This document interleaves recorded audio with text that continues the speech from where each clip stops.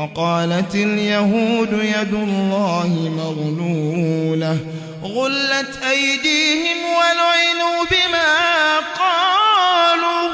بل يداه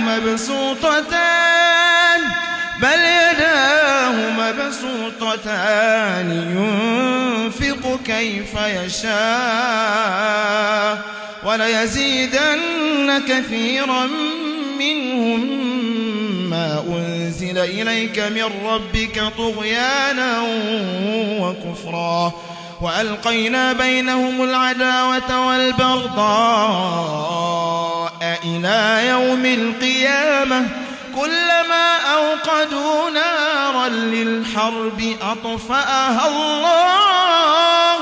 ويسعون في الأرض فسادا والله لا يحب المفسدين ولو أن أهل الكتاب آمنوا واتقوا لكفرنا عنهم سيئاتهم ولأدخلناهم جنات النعيم ولو أنهم أقاموا التوراة والإنجيل وما أنزل إليهم من ربهم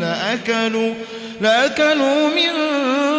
فوقهم ومن تحت أرجلهم منهم أمة مقتصدة وكثير